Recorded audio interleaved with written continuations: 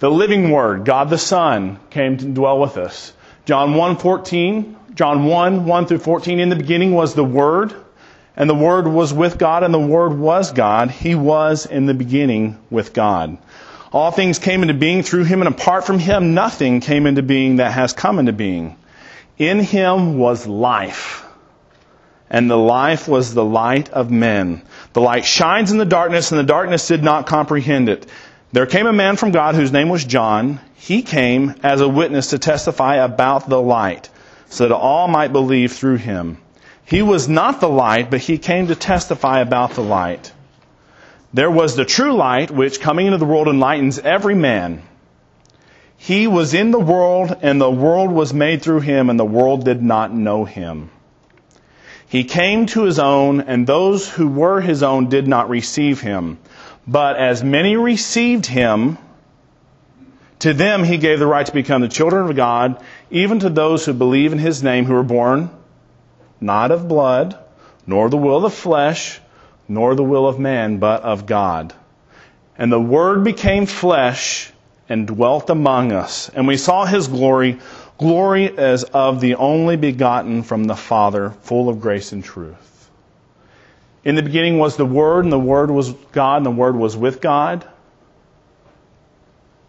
And the Word became flesh and dwelt among us. And we saw his glory. Glory is of the only begotten from the Father, full of grace and truth. It's hard to me to imagine that some people could not know that this is talking about Jesus Christ. But you present this to a Jehovah's Witness, and they'll say this is not Jesus Christ. And I don't see how anyone can interpret that, but I think it's very clear, and John makes it very clear, that Jesus Christ is the Word, He is the light, He is the life, and then He's the Word. He became flesh and dwelt among us.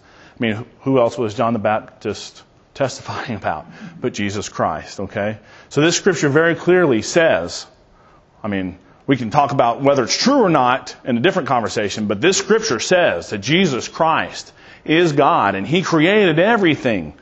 The world was by Him made, and it didn't accept Him, but He came and He became flesh and He dwelt among us. That's the living Word.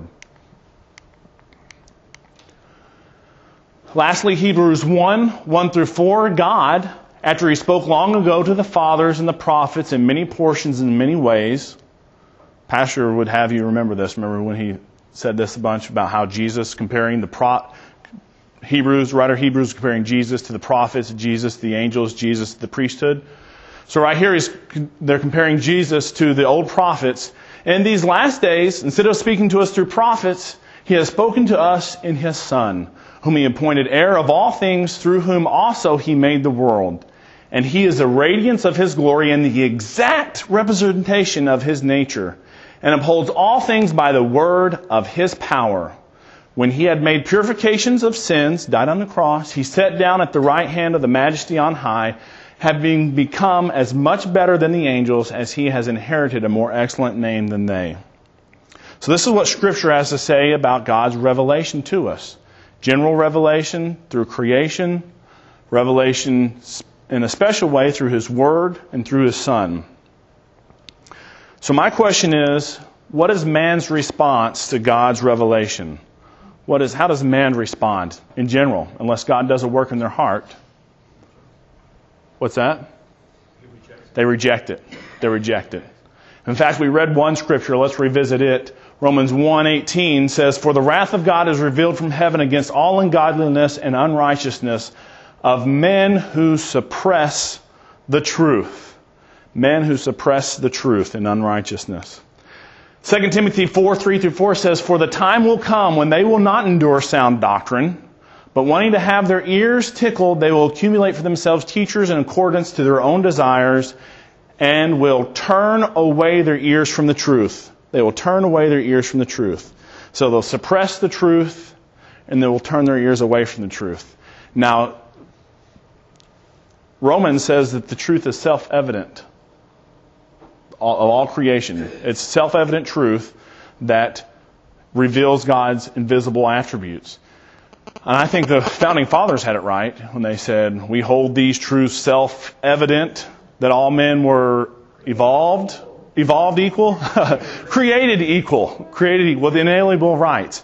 So you can't just put self-evident truth on a shelf. Okay, so if you push down self-evident truth and you walk away from it, what's it do? Pops back up. You can think of like a ball on a swimming pool. You put a ball underneath the swimming pool, you're actively pushing to keep it under the water. And as soon as you let go, whoosh, back out. And you can try to suppress the truth, but you have to be active in your suppressing of the truth. You have to close your eyes. See? I can't even keep it suppressed when I want to. See? So you can try to keep it suppressed, but the moment of weakness, God's self-evident truth is going to pop back up and always be there. It's always going to be there, showing itself to be true. So that's man's response. So unless God does a work in our heart, we're not going to respond properly to His truth.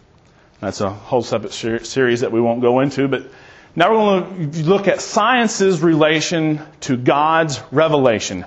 How does science relate to the general revelation and to God's special revelation? Can science test God? Can we test God? Can we put God in a test tube? No. Can science point to God? Yeah. When we look at the information that's encoded in our genes, somewhere around 1 gigabyte of information in one strand of DNA, where did that information come from? Slime. On the backs of crystals, right? We saw it spelled. You did? Yeah. An alien. All right, an alien. Well, who created the alien? So science can indeed point to God, but science can't test God. Now, there's going to be a debate out there, and those of you who've seen Expelled know what the debate full well is. If you say science points to God, someone will say, no. God is metaphysical, and science is physical. It's physics.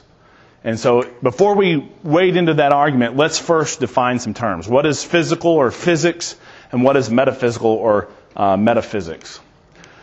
So what is physics? Well, the American Heritage says that physics is the science of matter and energy and of interactions between the two, grouped in traditional fields such as acoustics, optics, mechanics, thermodynamics, and electromagnetism, as well as in modern extensions including atomic and nuclear physics, cryogenics, solid-state physics, particle physics, and plasma physics. This may be kind of hard to understand, so I thought maybe I'd put it in Arkansas terms for you. Give you an Arkansas definition of what physics is. Let me read it so I make sure I get it straight. It's what you're doing if you figure out how all this stuff works together. Okay, that's the Arkansas definition. What you're doing if you can figure out how all this stuff works together. So physics is how does the matter that we see and energy, how does it all work together? That's what physics is. And we give it a fancy name studying it, but that's what physics is. It's just what you're doing if you're figuring out how it all works together. Metaphysics. Again, the American Heritage definition, a priori speculation upon questions that are unanswerable to science or scientific observation, analysis, or equipment. Okay, so the Arkansas version, again, is what you're doing if you're figuring out why in tarnation all this stuff is here anyways. What you're doing if you're figuring out why in tarnation all this stuff is here anyways. Why is this stuff here? What? Getting homesick. Yeah, disclaimer, we're from Arkansas, so I can give you the definitive Arkansas or Sassnacra or Arkansas definition. So, physics is how does the stuff work together. Metaphysics is why is the stuff here? Who created it? Where did it come from? Is there any meaning in life? Stuff that science can't test directly, but science can point to.